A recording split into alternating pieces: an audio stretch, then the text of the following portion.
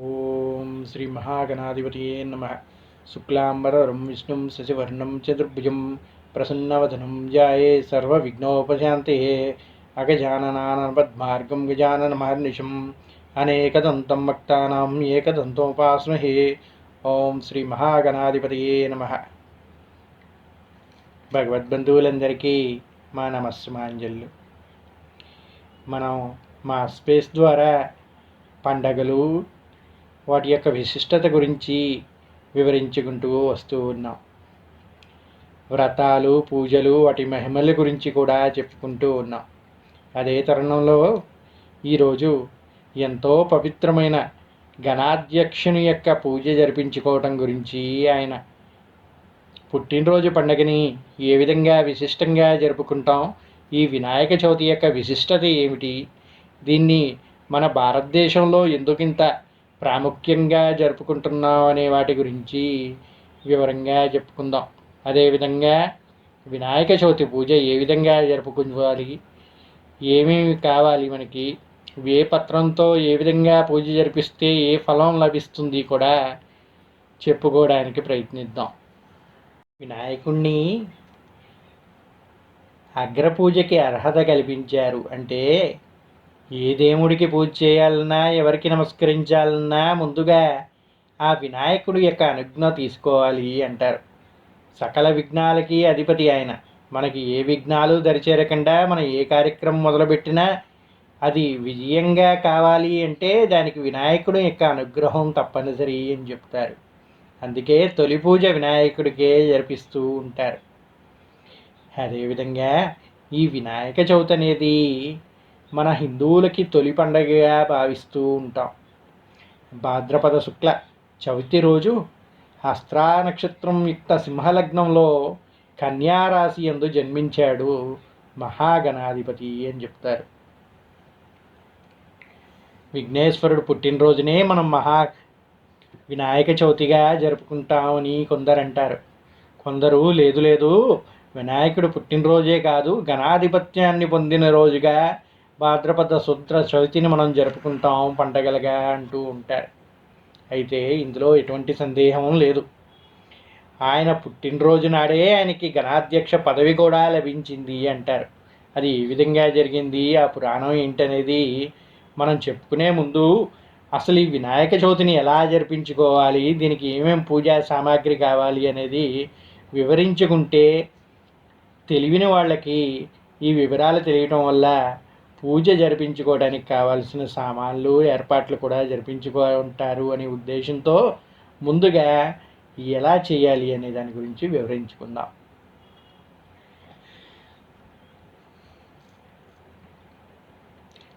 పొద్దున్నే ప్రాతకాలమే లేచి ఇంటిని శుభ్రం చేసుకోవాలంట. అందరూ కూడా తలంటు స్నానం చేసి చక్కని వస్త్రాలు ధరించి మామిడాకులు తోరణాలు కట్టి ఇంటిని అలంకరించుకోవాలంట. అలాగే ఈశాన్యంలో ఒక పీటని ఉంచి ఆ పీట కింద ముగ్గులు వేసి పీటను అమర్చుకోవాలి. దానిపైన ఒక చక్కని తెల్లని వస్త్రం పోసి ముగ్గులు వేసి ఒక పీటని అమర్చుకొని దానిపైన ఒక తెల్లని వస్త్రం ఉంచుకోవాలని చెప్పుకున్నాం కదా. దానిపైన 3 పిరికిళ్ళు కానీ 3 గ్లాసులు కానీ బియ్యం తీసుకొని దాన్ని చక్కగా పరుచుకొని దానిపైన పసుపు కుంకం చల్లి వినాయకుని యొక్క ప్రతిమని అక్కడ మనం ప్రతిష్ఠింపజేసుకోవాలి.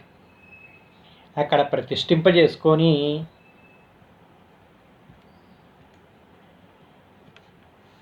పాలవెల్లి అంటారు. పాలవెల్లి అంటే ఏమిటయ్యా అంటే, కర్రలతో ఎదురుబద్దల పుల్లలతోటి నక్షత్రాకారంలో కానీ పలకాకారంలో కానీ పాలవెల్లులు తయారు చేసి అమ్ముతూ ఉంటారు పూజా సామాగ్రిలో. అది ఒకటి తెచ్చుకొని దానికి పసుపు కుంకుమ పూసి, ముందుగా పసుపు మొత్తం పూసేసి దానికి బొట్లు పెట్టుకోవాలంట. బొట్లు పెట్టుకొని దానికి నక్షత్రాకారంలో, ఇప్పుడు ఆ పాలవెల్లి అంటే మనకు ఆకాశంలో కనిపిస్తుంటుంది కదా, నక్షత్ర సమూహం, దాన్నే పాలవెల్లి అంటారు. అంటే ఆ నక్షత్ర సమూహంలో ఉన్న పాలవెల్లి కింద ఈ మహాగణాధిపతిని ప్రతిష్ఠించుకున్నామని భావిస్తూ ఆ ప్రకృతిని పైన అలంకరించుకోవాలి అని చెప్తాయి శాస్త్రాలు. అది ఏ విధంగా అలంకరించుకోవాలి అయ్యా అంటే, మనం పాలవెల్లికి కట్టడానికి కొత్త పళ్ళు కానీ పత్రాలు కానీ అన్నీ తెచ్చుకొని ఉంటాం కదా పూజకి. వాటన్నిటినీ కూడా పైన నక్షత్రాలు ఎలాగైతే ఆకాశంలో వేలాడుతూ ఉంటాయో ఆ విధంగా ఆ పళ్ళని వాటిని ఈ పాలవెల్లికి కట్టి వేలాడదీయాలంట. అలాగే మరి పందిరి ఉండాలి కదండి, వినాయకుడిని కింద ప్రతిష్ఠించుకున్నాం, ఆయనకి పైన పందిరి ఉండాలి కదా. ఆ పందిరి కోసం ఏం చేస్తారయ్యా అంటే, మనం తెచ్చుకున్న పత్రి ఈ గరిక ఏదైతే ఉందో దానితోటి స్వామివారికి ఒక పందిరి తయారు చేస్తున్నాం అనమాట. ఆ పాలవెల్లి ఏదైతే తీసామో దానిపైన ఇవన్నీ పేర్చుకుంటే శుభ్రంగా వినాయకుడికి ఆ నీడ తగులుతుంది. ఆ పందిరి కింద స్వామివారిని ఉంచాము అని భావించుకోవడానికి కోసమే ఇవంతా ఏర్పాట్లు జరుపుకుంటాం. అలాగే నక్షత్ర మండలంలో ఈ నక్షత్రాలు ఏ విధంగా ఈ గ్రహాలు ఏ విధంగా అయితే వేలాడుతున్నాయో వాటిని మనకి భావించే విధంగా, అవి ఇక్కడ ఉన్నట్టు భావించే విధంగా మన పెరట్లో కాసిన పళ్ళు కానీ మన మార్కెట్లో తెచ్చుకున్న పళ్ళు కానీ కాడలు ఉండేవి తెచ్చుకొని వాటిని వీటికి ఏలాడి తీసుకోవాలంట. అలా ఏలాడి తీసుకుంటే అది పాలపుంతలాగా కనిపిస్తూ ఉంటుంది అంటారు. దీనికి ఏమేమి వాడతారయ్యా అంటే, ఈ కాలంలో మనకి ఎక్కువగా దొరికే పళ్ళు ఏమిటండి, మొక్కజొన్న పొత్తులు, కుడుములు, మనకి ఎలక్కాయలు, ఏవేవైతే ఆరోగ్యానికి మేలో ఏవేవైతే మన రోగాలని దూరం చేస్తాయో ఆ పళ్ళని నలువైపులా కడతాం అన్నమాట. మొక్కజొన్న పత్తులు ఒకవైపు, బత్తాయికాయలు ఇంకోవైపు, నిమ్మకాయలు, సీతాఫలాలు, ఈ కాలంలో దొరికే పళ్ళు ఏవేవైతే ఉన్నాయో అవన్నీ కూడా అన్ని మూలలా కట్టి ఆరాధించుకోవాలన్నమాట. అలాగే స్వామివారి పూజ చేయడానికి 21 రకాల పత్రాలని పెడతారు అని చెప్తారు. అదేవిధంగా ఆయనకి ఎంతో ఇష్టమైన ఉడుములు, కుడుములు, పాయసం, గారెలు, పులిహోర మొదలగు జిల్లేడు కాయలు మొదలగు పిండి వంటలు సిద్ధం చేసుకొని ఆయనకి నివేదింపజేయాలంట. అలాగే టెంకాయలు, జాకెట్ ముక్క, కలుషం ఏర్పాటు చేసుకోవడానికి ఇవి కావాలి. 21 పత్రాలు కావాలన్నారు కదండి. ఆ పత్రాలు ఏమిటి అనుకుంటారు కదా. అవేనండి, పత్రాలంటే ఏవో కాదు, చెట్టు ఆకులు అనమాట. ఏమిటయ్యా అంటే, మొదటిది మాచీపత్రం అంటారు, తర్వాత బృహదీపత్రం, 3 బిల్వపత్రం. బిల్వపత్రం అంటే మారేడాకులు ఉంటాయి కదండి, 3 ఆకులు ఒకే కొమ్మకి ఉంటాయి, దాన్నే మారేడాకు అంటారు, అదే బిల్వపత్రంగా చెప్తారు. తర్వాత దుర్వాపత్రం, ఇది గరిక అని మనకి ఎక్కడ పెడితే అక్కడ మొలుస్తూ ఉంటుందండి గడ్డి, ఆ గరికని తీసుకురావాలి. తర్వాత ఉత్తరాపత్రం, ఉమ్మెత్తాకు అనమాట. బదరీపత్రం, రేగి ఆకు. అపమార్గపత్రం, ఉత్తరేణి ఆకు. తులసీపత్రం, మన తులసి చెట్టుకు వచ్చే ఆకులు ఉంటాయి కదండి అవి. చూతపత్రం అంటే మామిడాకు. కరవీరపత్రం అంటే గన్నేరాకు. విష్ణుకాంత పత్రం అంటే శంఖ పుష్పాలు వస్తాయి కదండి, దాని యొక్క ఆకుల్ని అన్నమాట. దాడిమీ పత్రం అంటే దానిమ్మ చెట్టు యొక్క ఆకు. దేవదారు పత్రం, దేవదారు చెట్టుని అడవిల్లో ఉంటాయిలేండి, ఆ చెట్టు యొక్క ఆకు. తర్వాత మరవక పత్రం, దవనం లేదా మరం అని పూలల్లో సువాసన కోసం కడుతూ ఉంటారు, ఆ ఆకు అనమాట. తర్వాత సింధువార పత్రం అంటే వావిలాకని వాపులకి వాటికి మందుకి కడుతూ ఉంటారు కదా, ఆ ఆకు అనమాట. ఆ తర్వాత జాజీ పత్రం, జాజిమల్లి చెట్టుకు వచ్చే ఆకండి. గండకీ పత్రం, కామంచి ఆకులని, లతాధర్వం అని చెప్తూ ఉంటారు దీన్ని. తర్వాత షమీపత్రం, దసరా రోజు జమ్మి చెట్టు ఆకులు తీసుకొచ్చి దాచుకుంటాం చూసారా, అదే అనమాట ఈ షమీపత్రం అంటే. తర్వాత అశ్వత్థపత్రం, అశ్వత్థపత్రం అంటే రావి చెట్టు యొక్క ఆకులు. అర్జున పత్రం అంటే తెల్లమద్ది చెట్లు అని ఉంటాయండి, అడవిల్లో ఎక్కువగా ఉంటాయి అన్నమాట ఈ చెట్లు. ఇవన్నీ కూడా స్వామివారికి పూజకి వినియోగిస్తారు. ఆ తర్వాత స్వామివారికి అత్యంత ప్రాముఖ్యం కలిగింది అర్కపత్రం అంటారు. అర్కపత్రం అంటే జిల్లేడాకండి. ఇది ఎంత పవిత్రమైనది అంటే, విఘ్నేశ్వరుడికి ఈ అర్కపత్రానికి ఎంతో సంబంధం ఉందండి. ఏమిటయ్యా అంటే, 60 సంవత్సరాలు మించి ఈ అర్క చెట్టు ఏదైతే పెరిగిద్దో తెల్ల అర్కం అంటారు, శ్వేతార్కం అని చెప్తారు, అంటే తెల్ల జిల్లేడు చెట్టు. ఆ చెట్టు యొక్క మొదల్లో వినాయకుని యొక్క స్వరూపం ఏర్పడుతుంది అంటారు. అంటే ఆ మొదలు ఏదైతే ఉందో ఆ మొదలు కింద కానీ మనం తవ్వి చూసినట్టయితే వినాయకుని యొక్క రూపం లభిస్తుంది అంటారు. ఉదాహరణకి మనకి వరంగల్ దగ్గర హన్మకొండ అని ఉంటుంది. అక్కడ శ్వేతార్క గణపతి ఆలయం ఉంటుంది.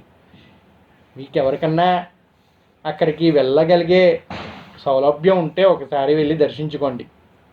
అక్కడ శ్వేతార్క గణపతి అని ఉంటారు.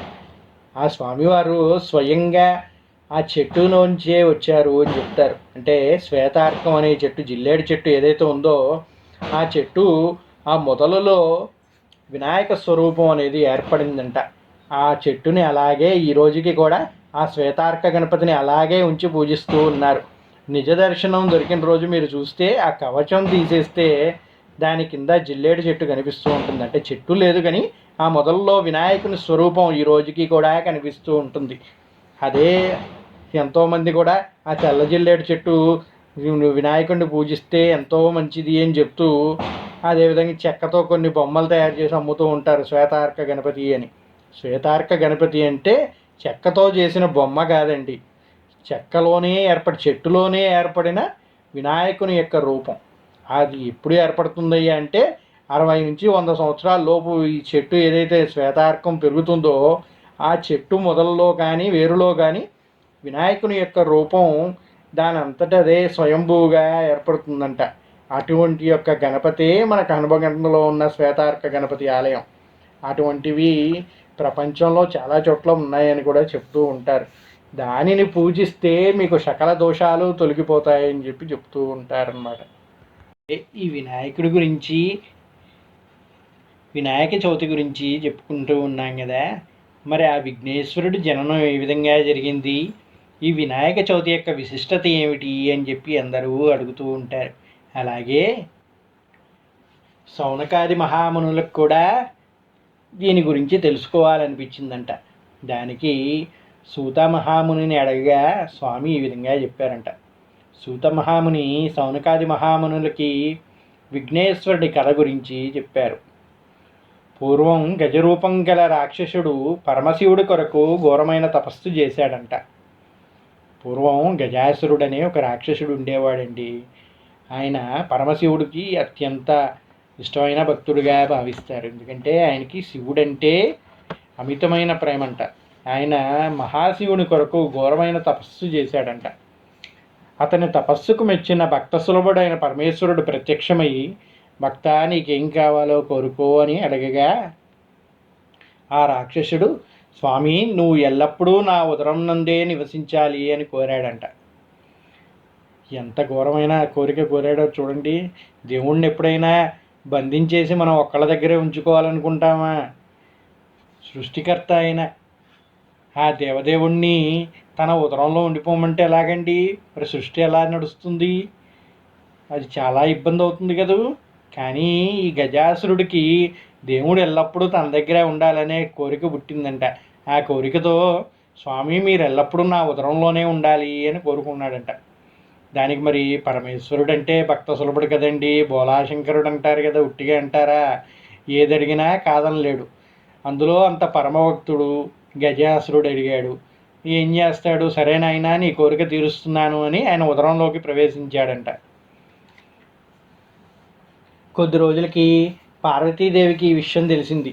ఏమిటి నా నాథుడు ఇల్లు ఇంతకాలం అయింది ఇంకా రావట్లేదు ఏమిటి అని చెప్పి విచారిస్తుండగా ఈ గజాసురుడి గురించి తెలిసిందంట. తెలిసిన పార్వతీదేవి చాలా విచారించిందంట. ఇక ఏమి చేయాలి అని ఆలోచిస్తుండగా ఒకప్పుడు ఇదే విధంగా భస్మాసురుడికి కూడా వరం ఇచ్చి ఇబ్బంది పడుతూ ఉంటే మహావిష్ణువు కాపాడాడని గుర్తించి ఆ మహావిష్ణువుకై ప్రార్థించిందంట అమ్మవారు. ఓ దేవదేవ, ఇంతకు ముందు కూడా మీరే నా భర్తని ఇత్తితో భస్మాసురుడి బారి నుంచి కాపాడారు. ఇప్పుడు కూడా మీరే ఏదైనా ఉపాయంతో మహాశివుడిని కాపాడవలసింది అని వేడుకుందంట.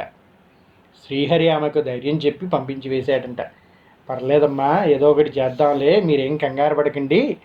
ఆ మహాశివుడు ఉండటం ఎంత అవసరమో మాకు తెలుసు కదా, ఆయన్ని తప్పగా తీసుకొస్తాం, మీరు బాధపడకండి, చింతించకండి అని చెప్పి పంపించారంట. అలా పంపించినటువంటి విష్ణుమూర్తి ఏ విధంగా స్వామిని తీసుకురావాలని ఆలోచించాడంట. ఏదైనా ఉపాయంతో మహాశివుడిని కాపాడవలసింది అని వేడుకోగానే శ్రీహరి కూడా సరే ఆమెనైతే ధైర్యం చెప్పి పంపించాడు. మరి ఇప్పుడు ఆయనని ఏ విధంగా తీసుకురావాలి పరమేశ్వరుడిని అని ఆలోచిస్తూ ఉండగా గంగిరెద్దు మేళమే సరైన ఉపాయంగా తలిచిందంట శ్రీ విష్ణువుకి. శ్రీహరి గంగిరెద్దు మేళని సరైన ఉపాయంగా తలిచి నందీశ్వరుని గంగిరెద్దుగా, బ్రహ్మాది దేవతలను వివిధ వాయిద్యకారులుగా మార్చి గజాసుర పురాణానికి వెళ్ళి, గజాసురపురం ఉందంట, ఆ గజాసురపురంలోనే ఈ గజాసురుడు అనే రాక్షసుడు ఉంటాడు. ఆ రాజ్యానికి రాజు అంట ఆయన. సరే, ఈయన ఏం ఇష్టం, గంగిరెద్దుని ఆడిస్తే ఈయనకి ఎంతో ఇష్టం కదా, శివభక్తుడు కదా, అందుకని ఇదే మంచి ఉపాయం అని తలిచి విష్ణువు గంగిరెద్దుని ఆడించేవాడిగా, బ్రహ్మాది దేవతల్ని వాయిద్యకారులుగా మార్చి నందీశ్వరుడిని గంగిరెద్దుగా అలంకరించి తీసుకుని వెళ్ళాడంట గజాసురపురానికి. వెళ్ళి చక్కగా సన్నాయి వాయిస్తూ నందిని ఆడిస్తూ అందరినీ ఆ పురంలో తన్మయత్వాన్ని ఎరిచారంట. ఈ విషయం తెలుసుకున్న గజాసురుడు చక్కగా ఉత్సవంగా జరిపిస్తున్నారని తెలిసి వాళ్ళని తన దగ్గరికి పిలిపించుకున్నాడంట. విష్ణుమూర్తికి కావాల్సింది కూడా అదే కదా, ఆ ఉపాయంతో కదా వాళ్ళు వచ్చింది. చక్కగా గజేశ్వరుడి దగ్గరికి వెళ్ళి ఎంతో తన్మయత్వంగా ఆ నందిని ఆడిస్తూ సన్నాయి వాయిస్తూ ఎంతో ఉల్లాసకరంగా నడిపించారంట. దానికి తన్మయుడైన గజాసురుడు మీకేం కావాలో కోరుకోండి అని వాళ్ళని అడిగాడంట. అనగా విష్ణుమూర్తి ఇది మహిమగల నందీశ్వరుడు, శివుడి వాహనం, దానికి ఏం కావాలండి, శివుడిని వెతుక్కుంటూనే వచ్చింది, కాబట్టి మీ దగ్గరున్న శివుడిని ఇచ్చే అని అడిగాడంట. ఏమని అడుగుతాడండి విష్ణుమూర్తి, నీకేం వరం కావాలో కోరుకో అంటే వాళ్ళు వచ్చింది దేనికోసం, శివుడి కోసం.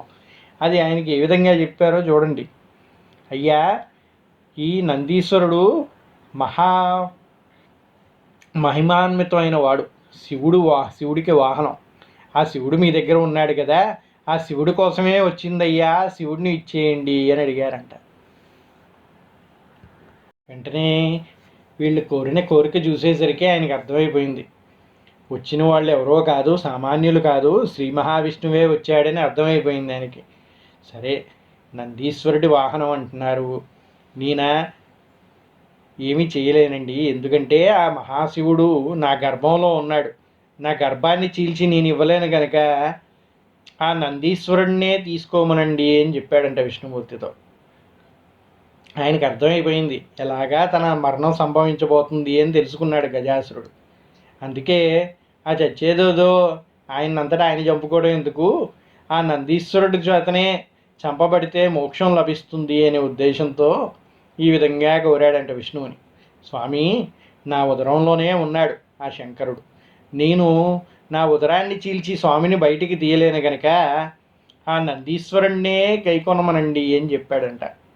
ఇంకేముంది, ఎప్పుడైతే ఆయన నోటి నుంచి ఆ మాట వచ్చిందో నందీశ్వరుడు వెళ్ళి తన కొమ్మలతోటి గజాసురుడు ఉదరాన్ని చీల్చి శంకరుణ్ణి బయటికి తీశాడంట. ఎంతో బాధతో రక్తం కారుతున్న గజాసురుడు ఆ శంకరుణ్ణి ప్రార్థించాడంట. శ్రీ మహావిష్ణువుని శంకరుని ఇద్దరిని వేడుకున్నాడంట.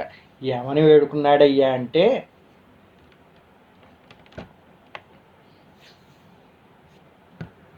స్వామి, మీరెప్పుడూ నాతో ఉండాలనే అత్యాశతోటి నా ఉదరంలో ఉండమని మిమ్మల్ని ప్రార్థించాను, మీరు అనుగ్రహించారు, కానీ నా తప్పు నాకు తెలిసి వచ్చింది, ఎప్పుడూ మీ సన్నిధిలో నేను ఉండేటట్టుగా నన్ను అనుగ్రహించండి స్వామి అని అడిగాడంట. అలాగే నా చర్మాన్ని మీరు ధరించండి, నా శిరస్సు లోకమంతా ఆరాధించేటట్లుగా అనుగ్రహించండి, ఒక రాక్షసుడిగా అందరూ నన్ను తిట్టుకోకూడదు స్వామి, నన్ను అందరూ ఆరాధన భావంతో చూసేటట్టు నాకు ఈ వరాన్ని అనుగ్రహించండి అని ప్రార్థించాడంట. ఈ ప్రార్థనకి మహావిష్ణువు ఇటు శంకరుడు కూడా ఇద్దరూ కూడా సంతోషించి గజాసురుడికి అనుగ్రహం ఇచ్చారంట. ఆయన శిరస్సు లోకమంతా ఆరాధించబడేటట్లుగా అనుగ్రహించారు. అదేవిధంగా గజాసురుడి చర్మాన్ని శంకరుడు వస్త్రంగా ధరిస్తాను అని చెప్పాడంట. అభయం ఇచ్చిన తర్వాత విష్ణుమూర్తి ఎందుకు సైగ చేయగా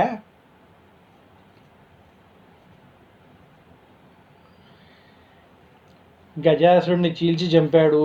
శంకరుడు బయటకు వచ్చాడు. శంకరుడు బయటకు వస్తూనే హరిని స్తుతించాడంట. అప్పుడు విష్ణుమూర్తి, ఇలా అపాత్ర దానం చేయకూడదు కదా స్వామి, ఇలాంటి వరాలు ఇస్తే పాముకు పాలు పోసి పెంచినట్టు అవుతుంది అని చెప్పి విష్ణువు అంతర్ధానం అయ్యాడంట.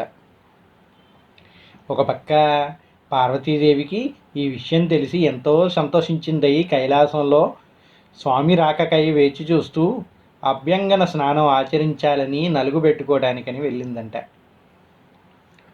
నలుగు పెట్టుకోవడానికి వెళ్ళి ఆ నలుగు పిండుని పిసుకుతూ ఒక మానసపుత్రునికి జన్మనిచ్చింది అంటారు. అంటే ఆమె సృష్టించిందంట వినాయకుని యొక్క రూపాన్ని.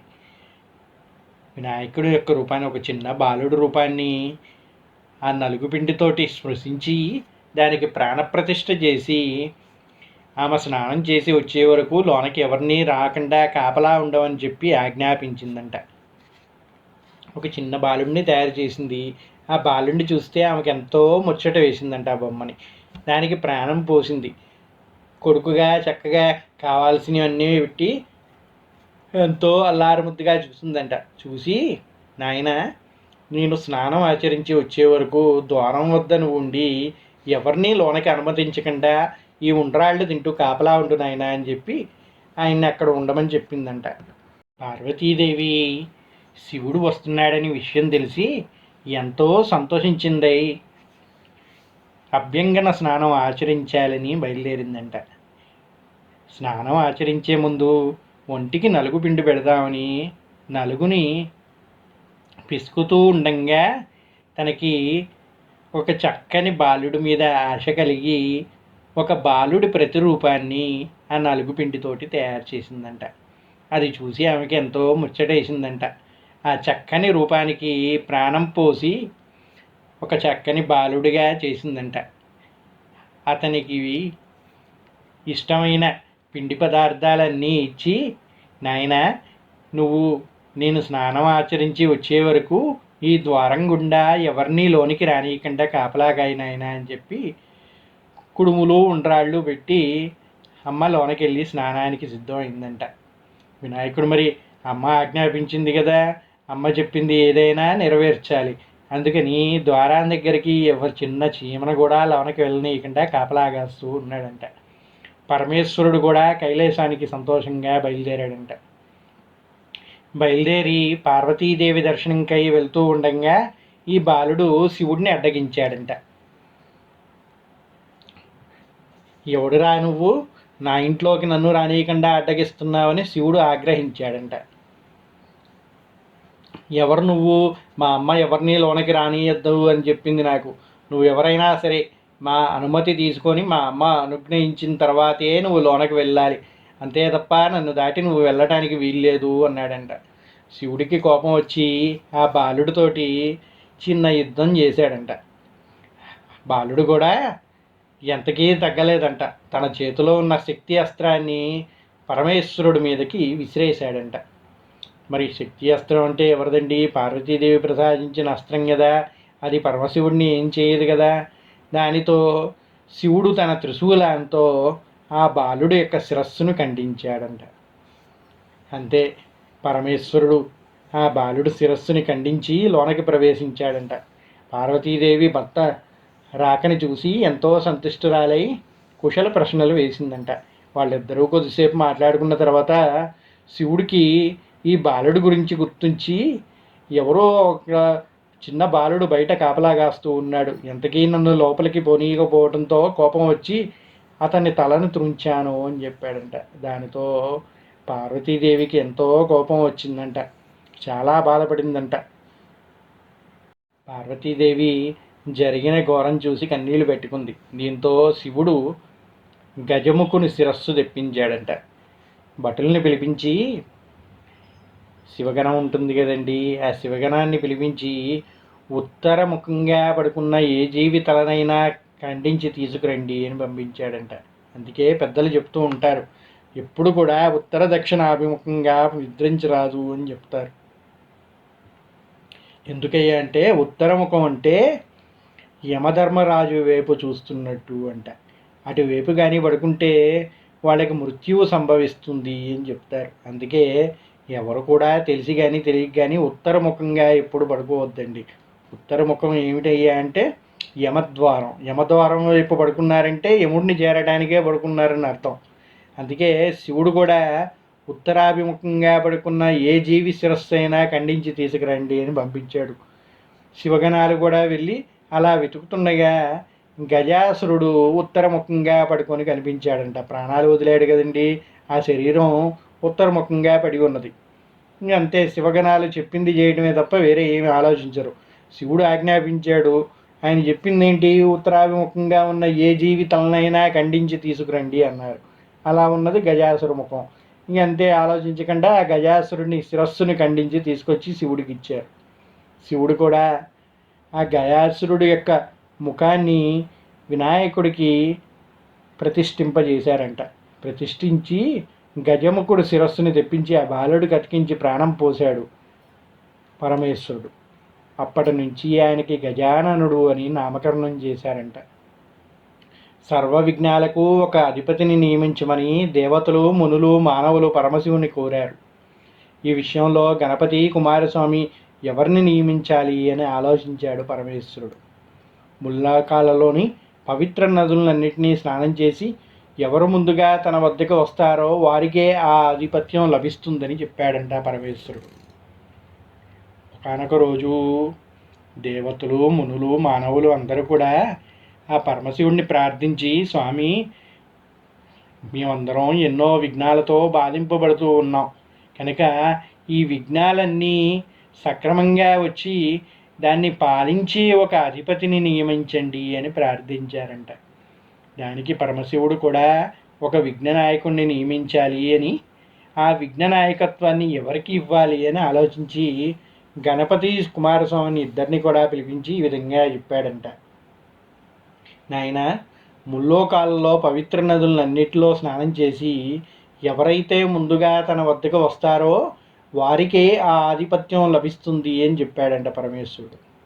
దీంతో కుమారస్వామి తన నెమలి వాహనంపై రివ్వున ఎగిరిపోగా వినాయకుడు మాత్రం తన ఎలుక వాహనంలో ముందుకు కదలలేదు.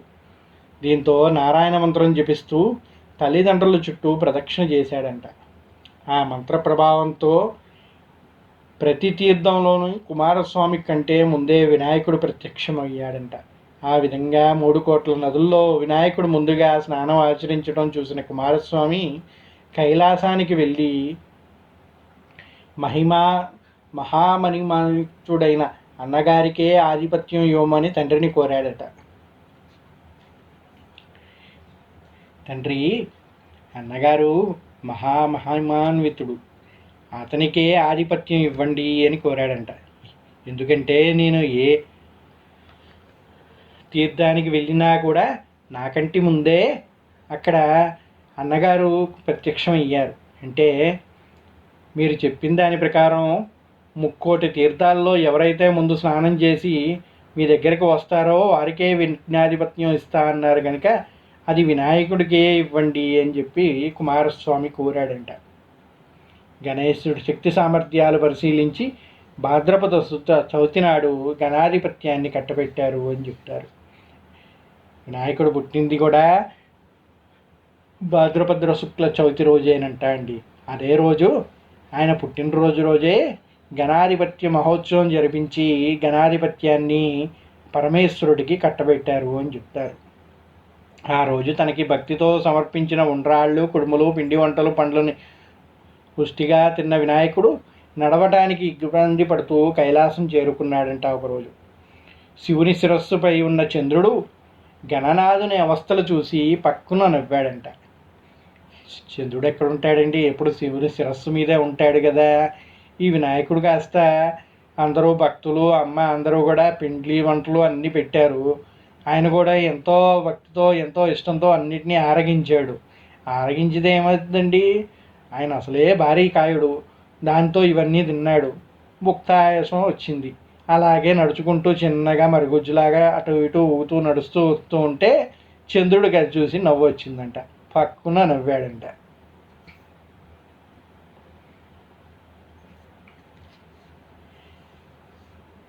రాజదృష్టి సోకితే రాళ్ళు కూడా నుజ్జవుతాయి అంటారు కదండి. అలాగా చంద్రుడు దృష్టి తగలగానే విఘ్ననాథుడు ఉదరం పగిలి అందులోని ఉండ్రాళ్ళు కుడుములు బయటికి వచ్చి అచేతనుడయ్యాడంట.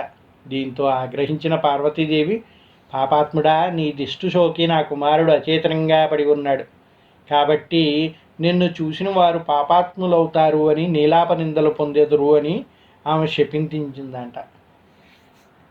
అడు ఋషిపత్నులకి నీలాప నిందలు తగిలాయంటారు. ఏ విధంగా తగిలాయో ఇప్పుడు చూసుకుందాం. పార్వతీదేవి చంద్రుని శపించిన సమయంలో సప్త ఋషుల భార్యలు కలిసి యజ్ఞం చేస్తూ అగ్నిదేవునికి ప్రదక్షిణ చేస్తూ ఉన్నారంట. అగ్నిదేవుడికి ఋషిపత్నుల మీద మోహం కలిగింది. కోరిక తీరక సప్త శపిస్తారేమో అని భయంతో అగ్ని క్షీణింపసాగాడు. భర్త కోరిక తెలుసుకున్న స్వాహాదేవి ఋషిపత్నుల రూపంలో అగ్నిదేవుని చేరిందంట. అగ్నిదేవునితో ఉన్నది తమ భార్యలేని భ్రమపడిన సప్త ఋషులు వారిని విడిచిపెట్టారంట. ఏం జరిగిందయ్యా అంటే, ఒకనాడు ఈ సప్త ఋషుల పత్నులు ఎవరైతే ఉన్నారో వాళ్ళు అగ్నిదేవుడికి ప్రదక్షిణం చేస్తూ యాగం చేస్తూ ఉన్నారంట. చేస్తూ ఉండగా అగ్నిదేవుడికి ఆ ఋషిపత్నుల మీద మోహం కలిగిందంట. వాళ్ళతో కోరిక తీర్చుకుందామంటే వాళ్ళు సప్త ఋషులు, మహా ఋషులు, వాళ్ళు శపిస్తే ఇంకేమన్నా ఉందా, ఈ భయంతో అగ్ని క్షీణింపసాగిందంట. స్వాహాదేవికి ఇది తెలిసి భర్త కోరిక తెలుసుకున్నది ఋషిపత్నుల రూపంలో అగ్నిదేవుడిని చేరిందంట. అగ్నిదేవుడు కూడా తన కోరిక తీరిందనే సంతోషంతో వాళ్ళతోటి సరస సల్లాపాలు జరిపాడంట. అగ్నిదేవునితో ఉన్నది తమ భార్యలే అని భ్రమపడిన సప్త ఋషులు వారిని విడిచిపెట్టారంట. శాపగ్రస్తుడైన చంద్రుణ్ణి చూడటం వల్లనే ఋషి భార్యలు నీలాప నిందలు గురయ్యారని దేవతలు గ్రహించారు. వీరందరూ బ్రహ్మదేవునితో కలిసి కైలాసానికి వెళ్ళారు. మరణించిన విఘ్నేశ్వరుణ్ణి బ్రహ్మదేవుడు తిరిగి బతికించాడు. తర్వాత పార్వతీదేవితో, అమ్మా, నీవు చంద్రునికి ఇచ్చిన శాపం వలన ఆపద కలిగింది, కావున శాపాన్ని ఉపసంహరించుకో అని కోరారంట. అందరూ కూడా ఇది జరిగింది తెలుసుకొని దేవతలంతా వెళ్ళి బ్రహ్మదేవుడికి విన్నవించుకున్నారంట. బ్రహ్మదేవుడికి ఆ విషయం తెలిసి వెళ్ళి, అమ్మవారికి కోపం ఎందుకు వచ్చింది, విఘ్నేశ్వరుడిని చంపడం వల్లే కదా, అందుకని ఆ మరణించి ఉన్న విఘ్నేశ్వరుడికి తిరిగి ప్రాణం పోసి బతికించాడంట బ్రహ్మదేవుడు. తర్వాత పార్వతీదేవితో, అమ్మ, నీవు చేసిన ఈ శాపం వల్ల, నీవు ఇచ్చిన ఈ శాపం వల్ల జనులంతా ఇబ్బంది పడుతున్నారమ్మా. చంద్రుడిని చూడకండే ఎవరు ఉండలేరే. నువ్వు ఆ చంద్రుడిని శపిస్తే ఆ శాపం చంద్రుడికి కాదమ్మా, జనాలందరికీ తగులుతుంది అని చెప్పారంట. అప్పుడు పార్వతీదేవి ఆ శాపాన్ని ఉపహరించుకోమని కోరగా, ఏ రోజున చంద్రుడు విఘ్నేశ్వరుణ్ణి చూసి నవ్వాడో ఆ రోజు చంద్రుడిని చూడకూడదు అని శాపాన్ని సవరించిందంట. అంతకుముందు ఏ రోజు చంద్రుడిని చూసినా కూడా వాళ్ళు నీలాప నిందనలు పాలవుతారు అని చెప్పించింది. ఋషిపత్నులకు ఎప్పుడైతే ఈ విధంగా జరిగిందో దేవతలందరూ కూడా బ్రహ్మదేవుడిని విన్నవించుకున్నారంట. బ్రహ్మదేవుడు కూడా ఆమె కోపం చల్లార్చాడు. వినాయకుడికి పునర్జీవింపజేశాడు. దాంతో కొద్దిగా కోపం తగ్గిన పార్వతీదేవి కూడా వాళ్ళ బాధను అర్థం చేసుకుంది. ఈ చంద్రుడు వల్ల ఏ రోజైతే వినాయకుడికి ఇబ్బంది కలిగిందో ఆ రోజు మాత్రమే చంద్రుడిని చూసిన వాళ్ళకి నీలాప నిందలు కలుగుతాయని చెప్పి తన శాపాన్ని కొంచెం సవరించిందంట. కూడా అందరూ భాద్రపద శుద్ధ చవితి నాడు చంద్రుడిని చూడకుండా జాగ్రత్తగా ఉండి సుఖంగా ఉన్నారు. ఇలా కొంతకాలం గడిచింది. ద్వాపరయుగంలో ద్వారకంలో నివాసం ఉన్న శ్రీకృష్ణుడు ఓ నారద మహర్షి కలిశాడు. కాసేపు మంచిగా మాట్లాడుకున్నారు. స్వామి, ఈరోజు వినాయక చవితి, పార్వతీదేవి శాపం కారణంగా చంద్రుడిని చూడకూడదు, నేను వెళ్తున్నాను అని నారద మహాముని కృష్ణుడి దగ్గర సెలవు తీసుకొని బయలుదేరాడట. కృష్ణుడు కూడా నారదుడు చెప్పింది విని ఆ రోజు ఎవ్వరూ కూడా చంద్రుడిని చూడకూడదని పట్టణంలో శ్రీకృష్ణుడు చాటింపు వేయించాడు. అందరికీ చెప్పాడు. నారదుడు చెప్పింది విని శ్రీకృష్ణుడు కూడా నా జనులు ఎవరు కూడా ఇబ్బంది పడకూడదనే ఉద్దేశంతో అందరికీ చాటింపు వేయించాడంట. శ్రీకృష్ణుడికి పాలంటే ఇష్టం. ఆ రోజు రాత్రి శ్రీకృష్ణుడు ఆవు పాలని తాగుతుండగా పాలలో చవితి చంద్రుడు ప్రతిబింబాన్ని చూశాడంట. శ్రీకృష్ణుడికి పాలు పెరుగంటే ఇష్టం కదండి. సాయంత్రం అయ్యేసరికి పాలు తాగాలనిపించిందంట ఆయనకి. దానితో గోవు దగ్గరికి వెళ్ళి పాలు తీసుకున్నాడంట గిన్నెలో. అది తాగుదామని పైకెత్తుతూ ఉంటే అందులో చంద్రుని యొక్క ప్రతిబింబం కనిపించిందంట. ఆ రోజు చవితి అవ్వటం వల్ల చవితి చంద్రుణ్ణి చూశానే, ఇప్పుడు నేనేమి నీలాపనిందలు పడాల్సి వస్తుందో అని అనుకున్నాడంట శ్రీకృష్ణుడు.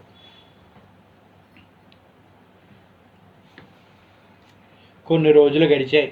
సత్రాజిత్తు సూర్యుని వరంతో శమంతకమని సంపాదించాడు. ఇప్పుడు చెప్పే ఈ కథ ఏదైతే ఉందో దీన్ని వింటే సకల ఐశ్వర్యాలు పొందుతారంట.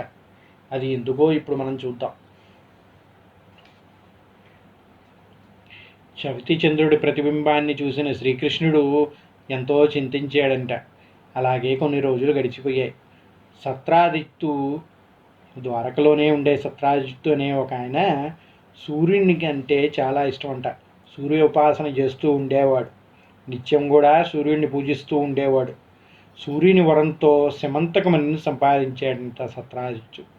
రోజుకి 10 బారువుల బంగారాన్ని ఇచ్చి మణిని తీసుకొని ద్వారకకు వెళ్ళాడు.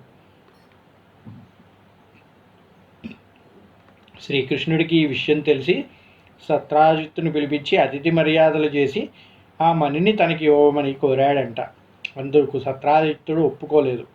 తర్వాత ఒకరోజు సత్రాజిత్తు తమ్ముడు ప్రసేనుడు శమంతకమణి మెడలో వేసుకొని అడవికి వేటకు వెళ్ళాడంట.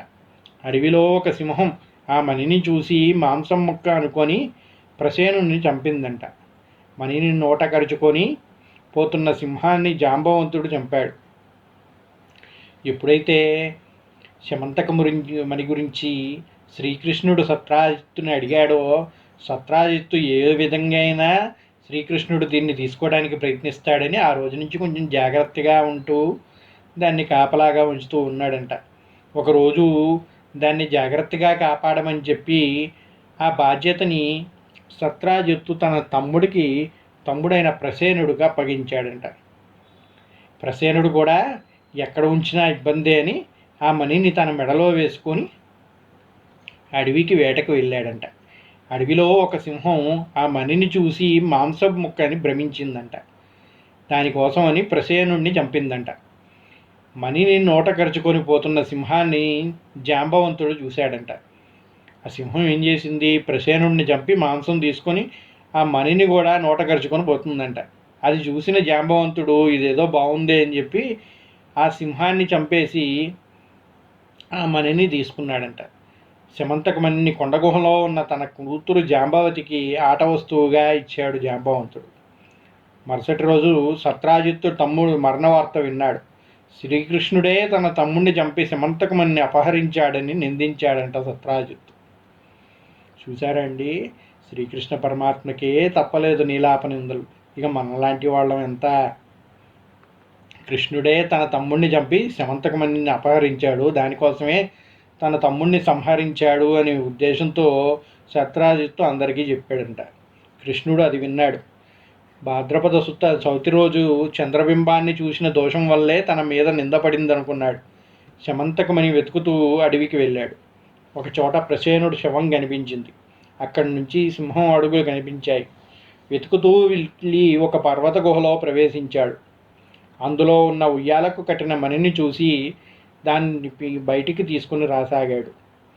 వెంటనే జాంబవతి పెద్దగా ఏడవసాగింది. కూతురు ఏడుపు విన్న జాంబవంతుడు కోపంతో శ్రీకృష్ణుడిపై యుద్ధానికి వచ్చాడంట. వారిద్దరి మధ్య 28 రోజులు యుద్ధం జరిగిందంట. చూసారా అండి, తన పైన ఉన్న నీలాపనిందలను తొలగించుకోవాలని ఏం జరిగిందో తెలుసుకుందామని శ్రీకృష్ణుడు ప్రసేనుడిని వెతుక్కుంటూ అడవిలోకి వెళ్ళాడంట. అలా వెళ్ళిన శ్రీకృష్ణుడికి ప్రసేనుడు శవం కనిపించిందంట. దాన్ని చూసుకుంటూ ముందుకు వెళ్ళగా అక్కడ సింహం అడుగులు కనిపించాయంట. సింహం అడుగుల్ని చూసుకుంటూ వెళ్తూ ఉంటే అది గుహలోకి ప్రవేశించాయంట. అలాగే వెతుకుతూ లోపలికి వెళ్తే అది ఒక ఉయ్యాలకి కట్టి ఉందంట. ఆ మణిని చూశాడు. ఆ మణి ఒక ఉయ్యాలకి కట్టి ఉంది. అందులో జాంబవంతి నిద్రిస్తూ ఉందంట. టక్కున ఆ మణిని లాక్కొని శ్రీకృష్ణుడు బయటికి రాబోతుంటే జాంబవతి ఏడ్చిందంట. ఆ ఏడుపు విన్న జాంబవంతుడు కోపంతో శ్రీకృష్ణుడిపై యుద్ధానికి వచ్చాడంట. వారిద్దరి మధ్య 28 రోజులు యుద్ధం జరిగిందంట. జాంబవతుని శక్తి తగ్గిపోయింది. తనతో యుద్ధం చేస్తున్నవాడు శ్రీరామచంద్రుడని తెలుసుకొని త్రేతాయుగంలో జాంబవంతుడు శ్రీరాముడితో యుద్ధం చేయాలని కోరాడంట. దీనికి పూర్వం ఆయన రామావతారంలో ఉన్నప్పుడు జాంబవంతుడు శ్రీరాముడు నీకేం కావాలో కోరుకోవయ్యా అంటే, స్వామి నీ వంటి వారితో ద్వంద్వ యుద్ధం చేయాలని ఉంది, నన్ను అనుగ్రహించండి అని కోరాడంట. దాంతో తనకి సహాయం చేసిన వాడిని యుద్ధంలో ఇబ్బంది పెట్టకూడదని తెలిసి మరో అవతారంలో నీ వరం తీరుస్తానని చెప్పి వరం ఇచ్చాడంట. ఆ వరం ప్రకారమే శ్రీరామచంద్రుడే తనతో యుద్ధం చేసిందని జాంబవంతుడు గ్రహించాడంట. ఆ కోరిక ఇప్పుడు శ్రీకృష్ణుడి రూపంలో వచ్చి తీర్చాడని గ్రహించాడు జాంబవంతుడు. శ్రీకృష్ణుడికి నమస్కరించి సమంతకమణితో పాటు తన కుమార్తె జాంబవతిని కూడా ఆయనకు సమర్పించాడు. శ్రీకృష్ణుడు సమంతకమణిని తెచ్చి సత్రాజిత్తుకిచ్చాడు. నిజం తెలుసుకున్న సత్రాజిత్తు తనను క్షమించమని శ్రీకృష్ణుడిని వేడుకొని తన కుమార్తె సత్యభామని ఇచ్చి వివాహం జరిపించాడు. సమంతకమణి కూడా శ్రీకృష్ణుడికి ఇచ్చాడంట. ఈ విధంగా శ్రీకృష్ణుడు తనపై ఉన్న నీలాప నిందల్ని తొలగించుకోగలిగాడంట. ఆ సమయంలో అక్కడికి వచ్చిన మునులు శ్రీకృష్ణుడితో, మీరు సమర్థులు కనుక మీపై పడిన నిందని పోగొట్టుకోగలిగారు, మా వంటి వారికి ఏది గతి అన్నారంట. భాద్రపద శుద్ధ చవితి నాడు యథావిధిగా వినాయకుని పూజించి ఈ శమంతకోపాఖ్యానం విన్నవారి అక్షతలు తలపై వేసుకున్న వారికి ఆ రోజు చంద్రదర్శనం అయినా కూడా అపనిందలు కలగవు అని శ్రీకృష్ణుడు వరం ఇచ్చాడంట. ఈ విషయం తెలుసుకున్న మహర్షులు శ్రీకృష్ణుడి దర్శనంకై ఆయన దగ్గరికి వచ్చారంట. మీరు సమర్థులు కనుక మీపై పడ్డ నీలాపనిందలను తొలగించుకోగలిగారు, కానీ సామాన్యులు అందరూ ఏ విధంగా ఈ నీలాపనిందలను తొలగించుకోవాలి స్వామి, మీరే దీనికి ఒక ఉపాయం చెప్పండి అని చెప్పి ప్రార్థించారంట శ్రీకృష్ణుడిని.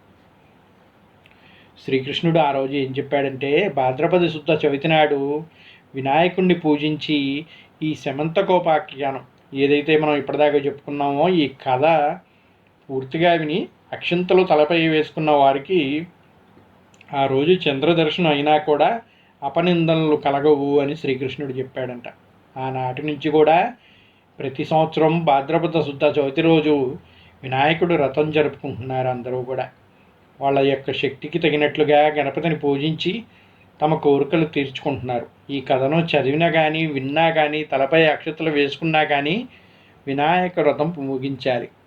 ఎప్పుడు కూడా వినాయక చవితి పూజ అంతా చేసిన తర్వాత తప్పకుండా కూడా ఈ కథని వినాలంట. ఈ కథను విని ఆ పూజ చేసిన తర్వాత తలపై అక్షింతలు వేసుకోవాలంట. అలా చేసుకుంటేనే ఈ వ్రత ఫలం లభిస్తుంది అంటారు. ఈ వ్రతం కూడా ముగిస్తుంది అని చెప్తారు. చివరిగా వినాయకుని ఎదుక వీలైనన్ని గుంజీలు తీసి సాష్టాంగ నమస్కారాలు చేయాలంట. మనం తెలుసో తెలియక ఎన్నో తప్పులు చేస్తూ ఉంటామండి.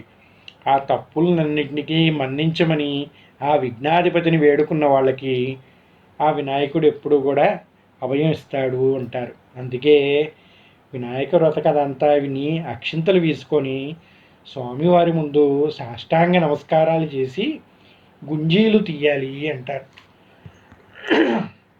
ఆ గుంజీలు కూడా ఏ విధంగా తీయాలి అంటే, 2 చేతులతో మీ యొక్క చెవుల్ని పట్టుకొని స్వామి ముందు గుంజీలు తీయాలంట.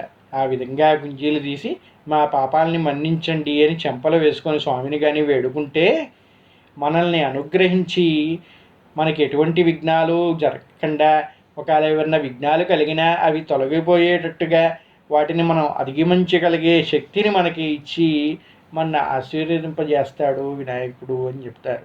అందుకని తప్పకుండా అందరూ కూడా చక్కగా వినాయకుడిని వ్రతం చేసుకొని స్వామివారిని చక్కగా పూజించి మీ కోరికలు తీర్చుకోవటమే కాకుండా ఈ కథని విని శమంతకోపాఖ్యానం అయిపోయిన తర్వాత స్వామివారి అక్షతలని మీ తలపై కానీ ఉంచుకున్నట్టయితే మీకు ఎటువంటి నీలాపనిందల్లో కలగవు, స్వామివారు మిమ్మల్ని కరుణిస్తారు అని చెప్పారు.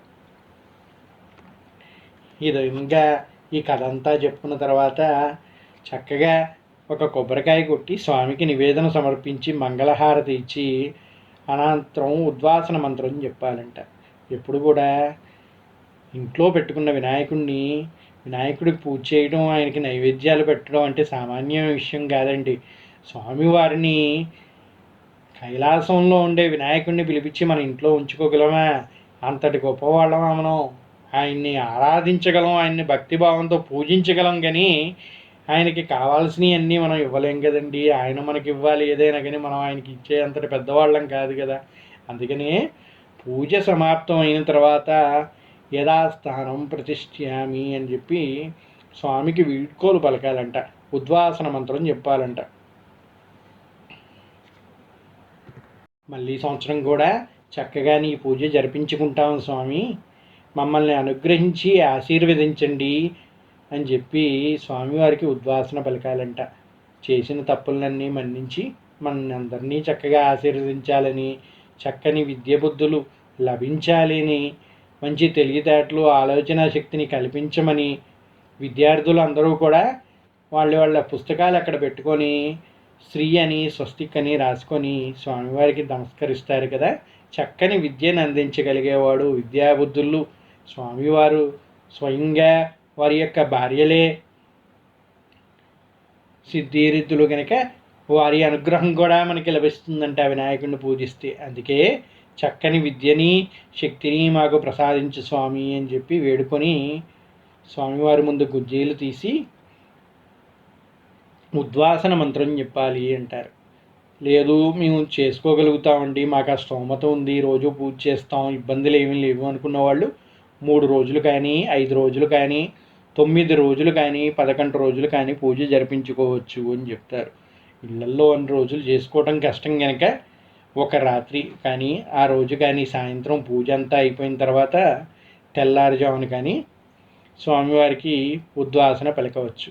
లేదంటే మీ దగ్గరలో ఇంకింద వినాయకుని మండపం కానీ ఉంటే అక్కడ స్వామివారిని తీసుకెళ్ళి అక్కడ ఉంచి 11 రోజుల తర్వాత అక్కడ నుంచి నిమజ్జనం జరిపించవచ్చు. ఈ విధంగా చేసుకోవచ్చు అని చెప్పి శాస్త్రాలు చెప్తూ ఉన్నాయి. కనుక మీ వీలుని బట్టి ఈ చక్కని వ్రతాన్ని అందరూ కూడా ఆచరించి స్వామివారి అనుగ్రహానికి పాత్రులు కాగలరు అని కోరుతున్నాం. మరొక్క మాట, మనం వినాయక చవితి జరుపుకునేదే ప్రకృతిని పూజించడానికి. కనుక మీకు చేతనైనంతగా ప్రకృతికి ఉపయోగపడే విధంగా జరిపించుకోవాలండి.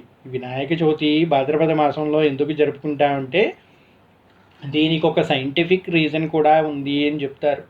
అది ఏమిటయ్యా అంటే ఈ భాద్రపద మాసంలో ఎక్కువగా చలిజ్వరాలు విషజ్వరాలు అన్నీ వస్తూ ఉంటాయి. వీటన్నిటికీ మనకి చేరువు కాకుండా ఉండటానికి నీటి ద్వారానే సగం జబ్బులు వస్తూ ఉంటాయి కదండి. అది అందరికీ తెలిసిన విషయమే కదా. పానీపూరీలు గట్లా బయట ఉన్న నీళ్లు ఈబడితాయి తాగి లేనిపోయిన జబ్బులన్నీ తెచ్చుకుంటూ ఉంటాం. ఒకళ్ళ కంటిని జబ్బు ఇంకోళ్ళకి అంటుతూ పోతూ ఉంటుంది. కనుక వీటన్నిటినీ దూరం చేయటానికి కోసం పూర్వం మహర్షులు ఈ విధమైన పూజా విధానాన్ని కల్పించారంట. స్వామివారికి ఏ విధంగా పూజిస్తాం? 21 పత్రాల పేర్లు చెప్పుకున్నాం. ఈ 21 పత్రాలు కూడా మహిమాన్వితమైన ఆయుర్వేద ఔషధ పత్రాలండి. ఈ పత్రాలని ఎప్పుడైతే నీటిలో నిమజ్జనం చేస్తామో ఆ నీటిలో ఉన్న బ్యాక్టీరియా ఇవన్నీ కూడా తొలగిపోయి చక్కని ఆరోగ్యాన్ని మనకు అందించే సంజీవిని ఔషధంగా మారతాయి అని చెప్తారు. అందుకే ప్రకృతికి ఉపయోగపడే విధంగా ఉండే ఈ పద్ధతి ప్రకారమే పూజని జరిపించుకోవాలి. ఇంకొక మాట, ఎప్పుడు కూడా వినాయక వ్రతం ఎలా జరుపుకోవాలి అంటే వర్షాకాలంలో బంకమట్టి చెరువుల్ని తవ్వుకుంటే చెరువులు నిండుగా నీళ్లు వచ్చి అవి మనకి సంవత్సరం అంతా కూడా ఉపయోగపడతాయి. అందుకని ఆ చెరువుల్ని బాగు చేసుకోవడానికి కోసం చెరువుల్లో మట్టిని తీస్తారు. ఆ మట్టిని తీస్తే ఆ మట్టి నీటి కింద ఉన్న మట్టి బంకమట్టిగా ఉంటుందంట. ఆ మట్టితోటి వినాయకుడిని పూజించాలి, వినాయకుడు రూపాన్ని తయారు చేసుకొని ప్రతిష్ఠింపజేసుకోవాలి. అంతేగాని బయట దొరికే ప్లాస్టిక్ విగ్రహాలు లేకపోతే ప్లాస్టర్ ఆఫ్ ప్యారిస్ విగ్రహాలు చేసి నీటిలో వేసి కలుషితం చేయకూడదు. అందుకని గుర్తుపెట్టుకోండి, ప్రకృతిగా పూజించండి. వినాయకుడు ఆరాధన అంటే ప్రకృతి ఆరాధన. ప్రకృతి ఆరాధన ఎప్పుడు కూడా ప్రకృతి అనుగ్రహం కోసం చేసుకుంటాం కాబట్టి ప్రకృతికి అనుకూలంగానే చేయాలి. అందుకే దీంట్లో వినియోగించే పత్రాలు కానీ ఏవి కూడా అన్నీ ప్రత్యేకమైనవే చెప్పారు కనుక అవే వినియోగించే ప్రయత్నం చేయండి. మీకు ఈ పత్రాలన్నీ దొరకకపోతే మీ ఇంటి చుట్టుపక్కల ఉన్న చెట్ల ఆకులు కానీ ఈ పళ్ళు కానీ పూలు కానీ తీసుకొని వాటితో పూజ చేసుకోండి. పత్రహరితం ఉన్న ఏ ఆకైనా కూడా పూజకు వినియోగించవచ్చు అని చెప్తారు. అలాగే కుదిరిన వాళ్ళు ఎంతో కొంతమంది కష్టపడి వీటిల్లో అన్నీ తీసుకురాకపోయినా కొన్ని పత్రాలైనా తీసుకొచ్చి ఇప్పుడు పూజా స్టోర్లో కానీ బయట కానీ పత్రి అమ్ముతూ ఉన్నారు కనుక ఆ పత్రి తెచ్చుకోగలిగే వాళ్ళు ఆ పత్రిని తెచ్చుకొని ఆ పత్రితో పూజలు చేయండి. అంతేగాని దొరుకుతుంది కదా పత్రి అని ఎండిపోయిన ఆకులు తీసుకొచ్చి పూజ చేయొద్దు. ఎప్పుడు కూడా గుర్తుపెట్టుకోండి, పత్రహరితం ఉన్న ఆకులతో మాత్రమే పూజించాలి.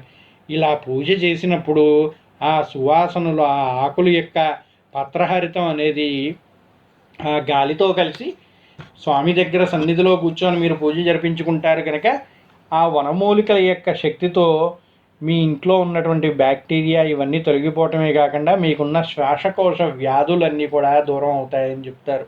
ఇంకొక విషయం ఏమిటంటే స్వామివారికి మనం నివేదించే ఆవిరి కుడుములు, స్వామివారికి మనం చేసే నైవేద్యాలన్నీ కూడా అవి కూడా ఒక రకమైన మెడిసిన్సే అండి. మనలో ఉన్న డీటాక్సికేషన్ అంటారు. మనం ఇప్పటివరకు ఈ పెడితే తిని లేనిపోని రోగాలు జబ్బులు అన్నీ తెచ్చుకొని ఉదర సంబంధమైన వ్యాధులు తెచ్చుకొని ఉంటాం. అవన్నీ తొలగిపోవటం కోసం స్వామివారికి నివేదించినవన్నీ కూడా ఆవిరితో ఉడికించినవే అండి. ఏంచినవో కాల్చినవో ఏమి స్వామివారికి పెట్టరు. స్వామివారికి ఏమి ఇష్టం అంటే ఆవిరి కుడుములు, జిల్లేడికాయలు ఇవన్నీ కూడా ఎలా చేస్తారు, కుడుములు ఉండ్రాళ్ళు అన్నీ కూడా ఆవిరిలో ఉడికించి చేసినవి. అందుకని ఇవన్నీ కూడా ఔషధాలే. వీటిని తింటే మనలో ఉన్న మాలిన్యాలన్నీ తొలగిపోయి డీటాక్సిఫికేషన్ అవుతూ ఉంటాయి. దాంతో చక్కని ఆరోగ్యం మనకి లభిస్తుంది. మనం మట్టి వినాయకుడితో పూజించాం, పూజ అయిపోయిన తర్వాత ఈ మట్టి వినాయకుడిని మళ్ళీ నీటిలో నిమజ్జనం చేస్తున్నాం. అంటే తిరిగి ఏ చెరువు నుంచి అయితే మనం మట్టిని తెచ్చుకున్నామో ఆ చెరువుకే మనం మళ్ళీ తిరిగి మట్టిని చేరుస్తున్నాం కనుక ప్రకృతికి ఎటువంటి దోషము జరగదు, ఎటువంటి హాని జరగదు. అందువల్ల అందరూ కూడా చక్కగా మట్టి విగ్రహాన్నే పూజించండి. చక్కని పత్రాలు ఏవైతే పత్రహరితంతో కూడినటువంటి చక్కని పచ్చి పత్రాలతోటే పూజ జరిపించుకోండి. పూజ అంతా అయిన తర్వాత ఈ పూలు పత్రాలని తీసుకెళ్ళి ఆ స్వామివారి విగ్రహంతో కలిసి నిమజ్జనం చేసి స్వామివారి అనుగ్రహానికి పాత్రులు కాగలరని కోరుకుంటూ స్వస్తి. సర్వే జనా సుఖినో భవంతు. సర్వే జనా సుఖినో భవంతు.